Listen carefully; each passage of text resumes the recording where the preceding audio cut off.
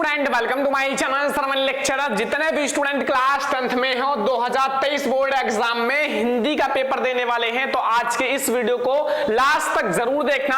आज की इस वीडियो में मैं आपको बताऊंगा कि एक महीने यानी कि ओनली 30 डेज में आप क्लास 10 हिंदी की तैयारी कैसे करोगे। ठीक है, आप केवल एक महीने में पढ़कर आप 10th हिंदी में 95% जरूर लाओगे। आज की इस वीडियो को लास्ट तक जरूर देखना। अगर आपने हिंदी में कुछ नहीं पढ़ा है, अभी तक आपने कुछ नहीं पढ़ा है, तो आज की इस वीडियो को देखने के बाद मैं गारंटी के साथ कह सकता हूं आप भी बोर्ड एग्जाम में 90% क्लास 10th हिंदी में ला सकते हो। ठीक है, तो आज की इस वीडियो में आपको बताऊंगा कि एक महीने में आप हिंदी की तैयारी कैसे करो ताकि आप 95% लाओ। और आज की इस वीडियो को आप लोग अंत तक जरूर देखना और ये वीडियो आप लोग अपने फ्रेंड्स के साथ शेयर कर देना ताकि वो भी जल्दी से देख लें। और आज के बाद आपका हिंदी जो है वो बिल्कुल खत्म हो जाएगा। तो आज की इस वीडियो को लाइक कर देना, शेयर कर देना, अगर चैनल पर नया तो सब्सक्राइब भी कर लेना। चलो मैं आपको बताता हूं कि आप 10th हिंदी की तैयारी कैसे करो ताकि आप भी क्लास 10th हिंदी का टॉपर बन सको। स्टूडेंट, सबसे पहले आपके बोर्ड एग्जाम में ऑब्जेक्टिव क्वेश्चन आएगा क्लास 10th हिंदी का बहुविकल्पीय प्रश्न। ठीक है, बहुविकल्पीय प्रश्न आपके बोर्ड एग्जाम में कितने मार्क्स का आएगा? 20 मार्क्स का। कितने मार्क्स का आएगा स्टूडेंट? 20 मार्क्स का आपका ऑब्जेक्टिव क्वेश्चन आएंगे। और 20 मार्क्स आपको ये बिल्कुल पक्का कैसे करना है अभी मैं आपको बताऊंगा। सबसे पहले आप ये समझो कि बहुविकल्पीय प्रश्न आपके बोर्ड एग्जाम में आएंगे तो कहां से आएंगे। ठीक है, सबसे पहले मैं आपको ये बता देता हूं। तो सबसे पहले आपका जो बहुविकल्पीय प्रश्न आएगा वो आएगा गद्य खंड और पद्य खंड से, यानी कि गद्य और पद्य खंड से। ठीक है, यहां से आपका बहुविकल्पीय प्रश्न आएगा और गद्य और पद्य खंड से आपके कितने मार्क्स का ऑब्जेक्टिव क्वेश्चन आएगा? 10 मार्क्स का आपका ऑब्जेक्टिव क्वेश्चन आएंगे। मतलब 10 नंबर का आपका केवल आपका गद्य खंड और पद्य खंड से आएगा। ठीक है, गद्य खंड और पद्य खंड का ऑब्जेक्टिव क्वेश्चन तैयार करने के लिए सबसे पहले आप लोगों के जितने भी गद्य खंड के लेखक हैं और पद्य खंड के कवि हैं उनके मोस्ट इंपोर्टेंट रचनाओं को तैयार कर लो। जैसे आपके बोर्ड एग्जाम में आ जाए कि चिंतामणि किसकी रचना है, चिंतामणि किसकी रचना है, तो आप क्या बताओगे? अगर आपने तैयार कर रखा है पहला ही चैप्टर आचार्य रामचंद्र शुक्ल जी का तो आप कहोगे कि चिंतामणि आचार्य रामचंद्र शुक्ल जी की रचना है। तो फिर आपका ये ऑब्जेक्टिव क्वेश्चन में 1 नंबर बिल्कुल क्लियर हो जाएगा। तो मतलब है कुछ नहीं, अगर आप थोड़ा सा मेहनत करोगे तो सबसे पहले गद्य खंड और पद्य खंड में जितने भी आपके ऑब्जेक्टिव क्वेश्चन उसको तैयार कर लेना।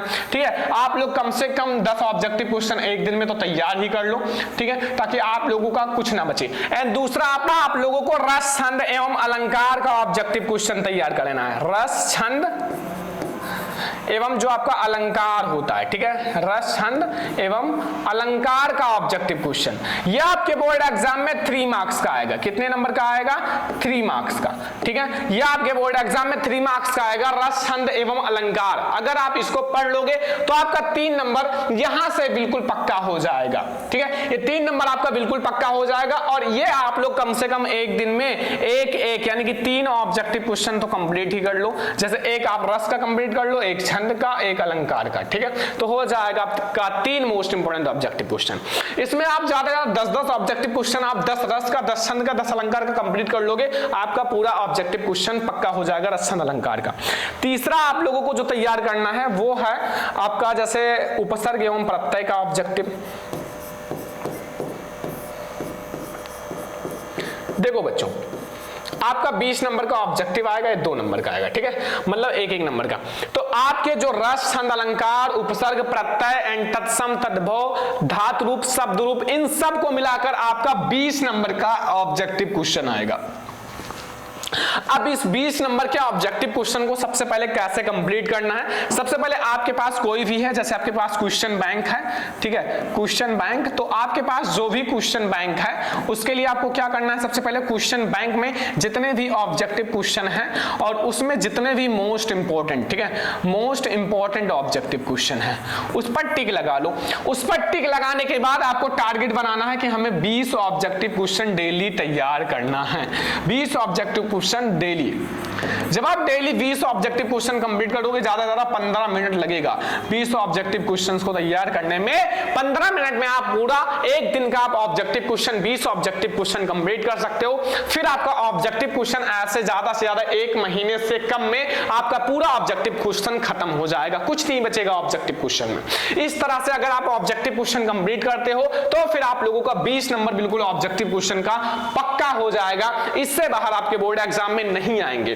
तो ये है ऑब्जेक्टिव क्वेश्चन, आपको कुछ इस टाइप से ऑब्जेक्टिव क्वेश्चंस को तैयार कर लेना है। अब हम लोग देखेंगे जो मोस्ट इंपोर्टेंट हिंदी के टॉपिक्स हैं उनको कैसे पढ़ना है। क्लास 10th में हो तो क्लास 10th का ये 4 सबसे ज्यादा मोस्ट इंपोर्टेंट टॉपिक होता है। अगर ये 4 टॉपिक आप कंप्लीट कर लेते हो, हिंदी में आपका 90% कहीं नहीं जाएगा, ठीक है। 90% मार्क्स आपका कहीं नहीं जाएगा, क्योंकि आप ये 4 टॉपिक बहुत ज्यादा इंपॉर्टेंट होता है आपके परसेंटेज को ज्यादा करने के लिए, ठीक है, क्योंकि ये सारे आपके ज्यादा नंबर के क्वेश्चंस आते हैं। सबसे पहले हम लोग देखेंगे पहला, जितने भी महत्वपूर्ण गद्यांश है, महत्वपूर्ण गद्यांश, ठीक है, आपके बोर्ड एग्जाम में 6 मार्क्स का आएगा महत्वपूर्ण गद्यांश। और महत्वपूर्ण गद्यांश के लिए मैं आपको चैप्टर्स बता देता हूं। चैप्टर्स के लिए सबसे पहला चैप्टर आप लोगों को कंप्लीट करना है, कौन सा? सबसे पहले आपको कंप्लीट करना है मित्रता चैप्टर। मित्रता चैप्टर बच्चा जिसके लेखक आपके हैं आचार्य रामचंद्र शुक्ल। पहचानने का ट्रिक है, इसमें मित्र या मित्रता जरूर लगा रहेगा।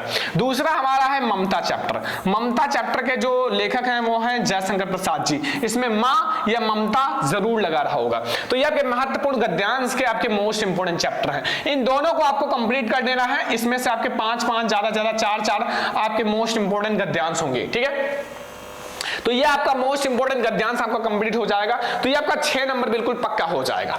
अब हम लोग देखेंगे महत्वपूर्ण पद्यांश। महत्वपूर्ण पद्यांश के लिए कौन सा चैप्टर कंप्लीट करना है?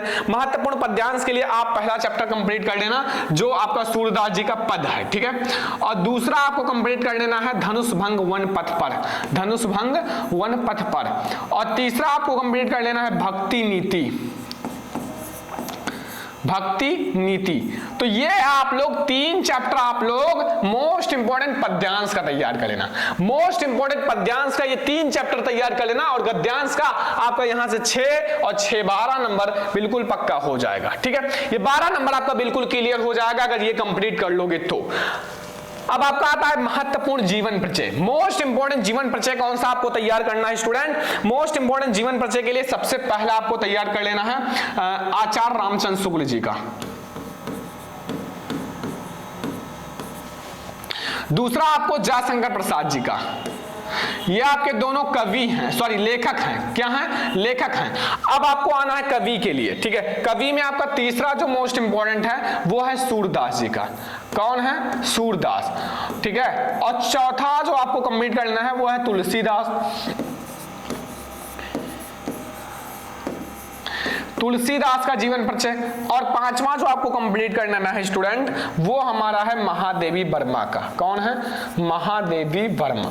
मतलब ये 5 जीवन परिचय आप लोग कंप्लीट कर लो। इससे बाहर मैं गारंटी लेता हूं 100% का कि नहीं आएगा, क्योंकि हमसे पढ़कर जो अगला पेपर, जो अगले साल बच्चों ने पेपर दिए थे इससे पहले, वो केवल लास्ट दिनों में हमसे तैयारी किए थे, ओनली 2 मंथ, और वो बोर्ड एग्जाम में 90% 95% लेकर आए हैं। क्योंकि मैं लास्ट दिनों में बहुत ही बेहतरीन आपको तैयारी कराता हूं सारे सब्जेक्ट का। हिंदी का आपके जितने भी टॉपिक्स हैं सबका मैं वीडियो लाने वाला हूं। जितने भी गद्यांश मोस्ट इंपोर्टेंट है, पद्यांश है, जीवन परिचय है, निबंध है, सब कुछ का वीडियो लाऊंगा, ठीक है। तो ये आप लोग तैयार कर लेना। जितने भी मैंने बताया है इन सबको आप लोग कंप्लीट कर लेना। ये आपका जीवन परिचय है। अब आपका आता है आपका महत्वपूर्ण निबंध। महत्वपूर्ण निबंध में आपको कौन कौन सा तैयार कर लेना है? जो आपके मोस्ट इंपोर्टेंट निबंध है वो आपको कौन कौन सा तैयार कर लेना है? सबसे पहला आपका प्रदूषण की समस्या तथा समाधान। प्रदूषण की समस्या तथा समाधान। दूसरा आपको तैयार कर लेना है जो आपका विज्ञान वरदान है या अभिशाप। विज्ञान वरदान है या अभिशाप। और तीसरा जो आपको कंप्लीट कर लेना है वो है आपका जनसंख्या वृद्धि। क्या है स्टूडेंट? जनसंख्या वृद्धि। एंड आपको चौथा जो तैयार कर लेना है वो कौन सा तैयार कर लेना है? वो है आपका बेटी बचाओ बेटी पढ़ाओ। बेटी बचाओ बेटी पढ़ाओ, ये आपको कंप्लीट कर लेना है। एंड आपको जो 5वां निबंध कंप्लीट कर लेना है स्टूडेंट, 5वां जो आपको निबंध तैयार करना है वो है आप लोगों का छात्र और अनुशासन।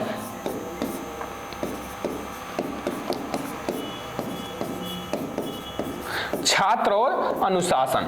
तो ये आप लोगों का 5 मोस्ट इंपोर्टेंट आपका निबंध है जो आपको बिल्कुल कंप्लीट कर लेना है। इससे बाहर आपके बोर्ड एग्जाम में कुछ नहीं आएगा। 9 नंबर का निबंध है स्टूडेंट। 9 नंबर आप बिल्कुल पक्का कर सकते हो। ऐसा ही मैंने जो बच्चे ने पेपर दे रखा है उनको बताया था। तो आपका प्रदूषण की समस्या तथा समाधान बोर्ड एग्जाम में आया था, और यहाँ आपका आया था जनसंख्या वृद्धि, और आपका ये छात्र और अनुशासन, ये सब बोर्ड एग्जाम में आ गया था। मतलब आपको एक का लिख कर आना है और आपके बोर्ड एग्जाम में यहाँ से 2-3 निबंध हिट कंप्लीट करेगा आपके बोर्ड एग्जाम में आएगा। तो इन सब का आप लोगों को मैंने बता दिया, इन सब की तैयारी कैसे करना है। सबसे पहले आपको महत्वपूर्ण गद्यांश के लिए देखो स्टूडेंट, सबसे पहले आपको 2 दिन में मतलब एक गद्यांश और एक पद्यांश को पढ़ना है। 2 दिन की बात कर रहा हूं, 1 दिन नहीं 2 दिन, एक गद्यांश एक पद्यांश। तो फिर आप लोगों का 30 दिन में 15 आपका गद्यांश और 15 पद्यांश कंप्लीट हो जाएगा। फिर आपका क्या बचेगा, हो गया गद्यांश पद्यांश खत्म। अगला है जीवन परिचय। जीवन परिचय को आपको 1 वीक में 1 तैयार करना है।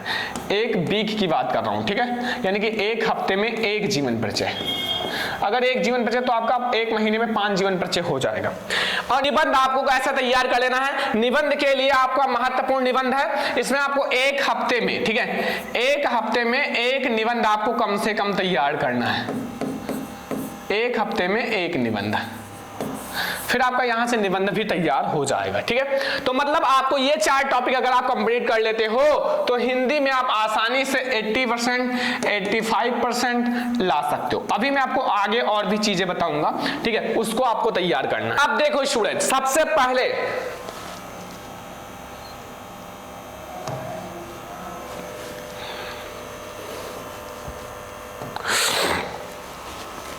अब देखो स्टूडेंट, सबसे पहले आपका जो संस्कृत का गद्यांश और पद्यांश बोर्ड एग्जाम में आता है, ये भी बहुत ही ज्यादा इंपॉर्टेंट है क्योंकि आपका 10 नंबर बिल्कुल क्लियर कर देगा, ठीक है। संस्कृत का जो आपका गद्यांश है और पद्यांश है, इसके लिए मैं आपको महत्वपूर्ण चैप्टर सब कुछ बता देता हूं कि आप लोगों का ये भी क्लियर हो जाए। सबसे पहले आपको इसके लिए आपको सबसे पहला चैप्टर तैयार कर लेना है, वाराणसी चैप्टर। वेरी इंपॉर्टेंट, इससे ही बोर्ड एग्जाम में आता है। अगर इससे नहीं आएगा तो अगला चैप्टर मैं आपको बताता हूं, लेकिन इससे बोर्ड एग्जाम में 100% चांस होता है कि आएगा। अगला तैयार कर लेना है भारतीय संस्कृति। कौन सा, भारतीय संस्कृति।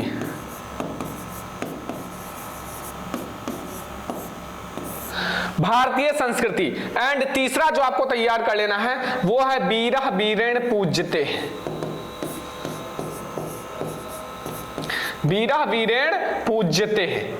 तो ये आप लोगों का कंप्लीट हो जाएगा। ये 3 अगर आप कंप्लीट कर लोगे तो संस्कृत का गद्यांश और पद्यांश यानी कि 10 नंबर बिल्कुल क्लियर हो जाएगा, ठीक है। ये 10 नंबर आपका बिल्कुल क्लियर हो जाएगा। अब आपको कम से कम 3 श्लोक तैयार कर लेना है। 3 श्लोक के लिए आप 2 दिन दे दो, 2 दिन ज्यादा से ज्यादा, ठीक है। और आपको फिर क्या कंप्लीट कर लेना है, एक खंड काव्य, जो भी आपके उधर खंड काव्य आता है, खंड काव्य, जैसे हमारे इधर ज्योति जवाहर आता है, ठीक है, जो भी खंड काव्य आता है उसको पढ़ लो, ठीक है। आप अपने टीचर से पूछ सकते हो जो स्कूल में पढ़ाते हैं, सर कौन सा खंड काव्य हम लोगों को तैयार करना है, वो आपको बता देंगे, ठीक है। तो यहां से आपका 3 नंबर ये खंड काव्य का क्लियर हो जाएगा। तो ऐसे आप क्लास 10th हिंदी के पूरी तैयारी कर सकते हो, ठीक है। अब आप लोग सबसे पहले आप कैसे तैयार करोगे, सबसे पहले आप लोग डेली का ठीक है, डेली का बता रहा हूं, डेली का एक टारगेट बना लो बच्चों। डेली का एक टारगेट बना लो। जैसे आपको क्या करना है डेली, पहले आपको कम से कम, जैसे आपको 20 है ऑब्जेक्टिव क्वेश्चन यानी कि MCQ question, MCQ objective question पढ़ना है,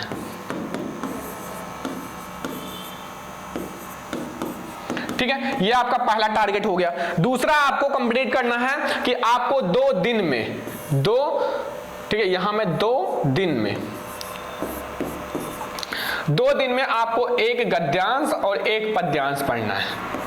मतलब 2 दिन में आपका एक गद्यांश एक पद्यांश जरूर कंप्लीट हो जाना चाहिए, ठीक है। एक गद्यांश एक पद्यांश, आपके कोई भी गाइड है उसमें आपका जो मोस्ट इंपोर्टेंट है उसको पढ़ो, ठीक है, फालतू की मत पढ़ो जो आपके बोर्ड एग्जाम में ना है। तीसरा, आप एक हफ्ते में आप एक निबंध तैयार कर लो। और भी सब्जेक्ट तो पढ़ना है, इसीलिए मैं आपको बता रहा हूं, ठीक है। ऐसे आप एक हफ्ते में एक जीवन परिचय कंप्लीट करो, ठीक है, और एक श्लोक आप एक दिन में एक श्लोक कंप्लीट कर लो, एक श्लोक एक दिन में, ठीक है। तो ऐसे अगर आप पढ़ोगे ना तो हिंदी कुछ है नहीं, हिंदी बिल्कुल हलवा हो जाएगा। इस तरह से आप क्लास 10 हिंदी की पूरी तैयारी कर सकते हो। मतलब आप ऑब्जेक्टिव क्वेश्चन कंप्लीट कर लोगे, गद्यांश पद्यांश जीवन परिचय निबंध इन सबको, तो आपका हिंदी में बचा ही क्या, आपका पूरा हिंदी कंप्लीट हो गया। इससे बाहर क्या आएगा बोर्ड एग्जाम में। और मैं आप लोगों को एक एक टॉपिक हिंदी का पढ़ाने वाला हूं, जितने भी आपके मोस्ट इंपोर्टेंट हैं सारे को मैं एक एक टॉपिक करके पढ़ाऊंगा, ठीक है। है, आप लोग भी पढ़ना शुरू कर दो, क्योंकि हिंदी में भी नंबर लाना आसान नहीं होता। अगर आप अच्छे से नहीं पढ़ोगे तो फिर आप लोग अच्छे मार्क्स नहीं लाओगे, ठीक है। मैं इसलिए एक महीने में बता रहा हूं कि देखो आपका जो हिंदी सब्जेक्ट है वो और सब्जेक्ट जैसे इंग्लिश है, मैथ है, साइंस है, इन सब के मुकाबले थोड़ा सा सरल है। तो इन सब के मुकाबले थोड़ा सा सरल है, तो बाद में आप उन सब सब्जेक्ट को ज्यादा टाइम दे सकते हो और हिंदी को थोड़ा कम भी समय दोगे तो फिर आपका चल जाएगा, क्योंकि आपने अभी से हिंदी की तैयारी कर रखा है। इसलिए मैं आपको ये बता रहा हूं, ठीक है। तो इस तरह से आप क्लास 10 हिंदी की पूरी तैयारी कर सकते हो। सारी चीजें मैंने आपको बता दिया, जितने भी महत्वपूर्ण गद्यांश है, पद्यांश है, जीवन परिचय, निबंध, आपके संस्कृत के गद्यांश, संस्कृत के पद्यांश, श्लोक, सब कुछ मैंने आपको बता दिया। एमसीक्यू ऑब्जेक्टिव क्वेश्चन कैसे तैयार करोगे, एमसीक्यू के लिए मैंने बताया कोई भी आपके पास क्वेश्चन बैंक है उसमें आपके जितने भी ऑब्जेक्टिव है उसमें टिक लगा लो और डेली पढ़ना शुरू कर दो। तो इस तरह से आप हिंदी की तैयारी कर सकते हो। इस तरह से आप एक महीने में पढ़कर हिंदी में 95% 90% मार्क्स ला सकते हो। मैं आप लोगों को हिंदी का एक एक टॉपिक को पढ़ाऊंगा। अगर आप लोग पढ़ने के लिए तैयार हो तो इस वीडियो को शेयर कर देना, लाइक कर देना, ठीक है। और आपका हिंदी यहां से बिल्कुल खत्म हो जाएगा अगर ऐसे आप लोग तैयारी करोगे। तो इस वीडियो को लाइक करना, शेयर करना, चैनल पर नया तो सब्सक्राइब करना। चलो फिर मिलते हैं नेक्स्ट इंपॉर्टेंट वीडियो में, तब तक के लिए धन्यवाद।